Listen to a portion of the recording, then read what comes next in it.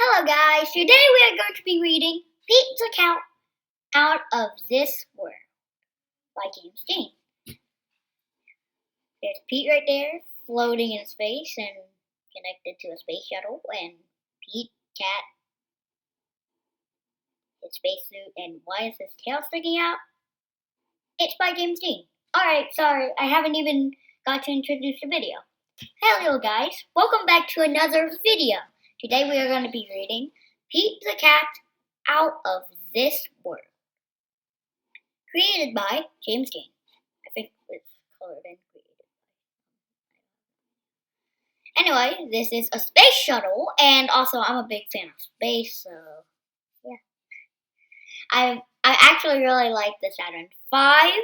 We might make a video of me building the Saturn V and also showing it to you. But we are going to be reading Pete the Cat Out of This World. And we're going to read another one. It's not going to be a bonus. Pete the Cat Out of This World by James Dean. It's a great day. Pete the cat is going to space camp. Ooh, space camp. So, I'm just going to tell you a little bit about space. So, I'm going to talk about the spacecraft, like the Saturn V, and also how the space shuttle works. So, the space shuttle works for going around the Earth and also like sending satellites, but they're not really used as much. And also the last one was on 2013. And how it works is that there's a big orange tank that connects to the space shuttle, and then these two rockets attached to the orange tank is used for the space shuttle. The two white rockets have their own fuel, but this one attaches to this one. And there's also two other rockets to carry it into space and goes into space and send some satellites. Saturn V, however, is different. The Saturn V is the one rocket that sent all the rockets to the Saturn V to space. My correction is the Apollo spacecraft into space. The first mission was the Apollo 11, which is pretty cool. And the space shuttle it goes up. First of all, there's 3 stages. One of the stages carries the lunar module and the CSM. And yeah, that's how it is. That's how space goes. Pete meets his bunkmate, Glenn. As they unpack, there's an announcement. Welcome, space campers. Please head to the classroom. Your mission begins now. Time to suit up, says Pete. He and Glenn put on their uniforms and race to class. The uniform's right there, and that's his bunk bed. He sleeps on the top. I hope you don't roll around. Oh yeah, this is the command module. I forgot the CSM. So the CSM basically, okay, that is not how it goes. That is not like so far and then division. It doesn't matter. Not everybody draws perfect circles. And this is the LEM, or the lunar module I was talking about in the Saturn V epilogue. And here's the command module, part of the CSM, or the Command Service Module. And this is what takes the astronaut to re-enter. So, yeah, I like space, which is why I'm reading Pete the Cat in Space. There's so many cool things to do and super neat stuff to see. Astronauts Tom and Chris talk about the trips they've taken, and they give a sneak peek about future space troops. James Dean did a pretty good job on drawing the lunar module, or LEM. I would be totally rad to go to space, says Pete. The campers find out what it feels like to be an astronaut. They go in the zero-gravity chamber. They ride in rovers.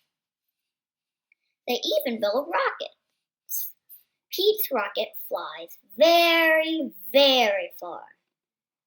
Way to go, Pete, shouts Glenn. Next up is mission control. We have some exciting news, says Tom. Our next flight leaves today. We're going to the moon, and we have room for more.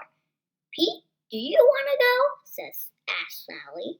That would be awesome, says Pete.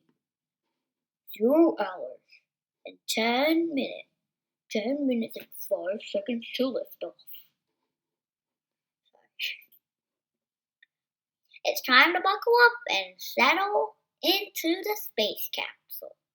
5, 4, 3, 2, 1. Let me do this more dramatic. 5, 4, 3, 2, 1. Lift off.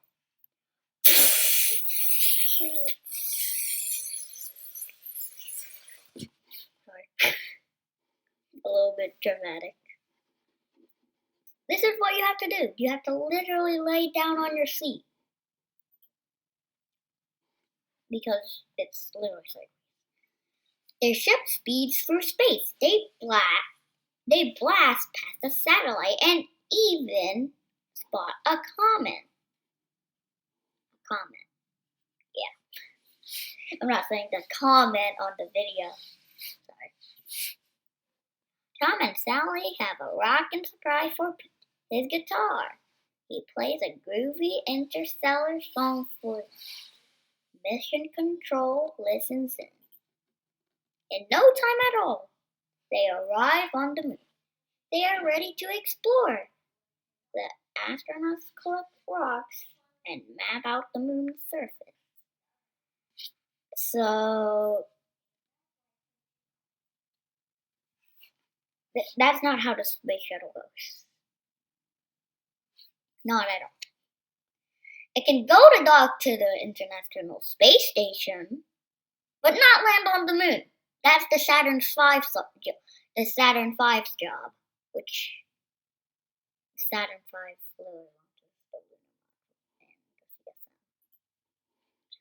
Pete has a very important job to do. He straps on a jetpack and heads towards Mars. He takes tons of pictures. Oh no, Pete lost track of time and the moon is far, far away. He has to make it back to the ship before it blasts off. Now, they've sent missions to Mars before, so I'm not saying it's impossible. They can't explore Jupiter, though.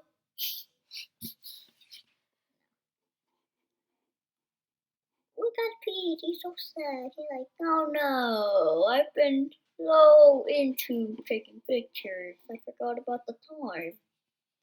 Phew, Pete made it back in the nick of time. The astronauts headed home, and there's time for a few more tunes. Pete sure knows how to make an entrance.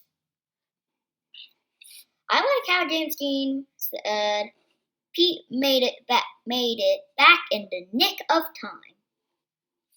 Instead of saying, phew, Pete made it back just in time. She did it back in the nick of time. Pete's trip to outer space was out of this world. Get it? Still, he's psyched to have his feet on solid ground. Rock it on, Pete! Get it? Rock it on. Rock on. Just cross out the it and then rock on, Pete, or rock it on, Pete. 5, 4, 3, 2, 1. You can pause to fun. Oh. So you can pause to read this, but we are going to be reading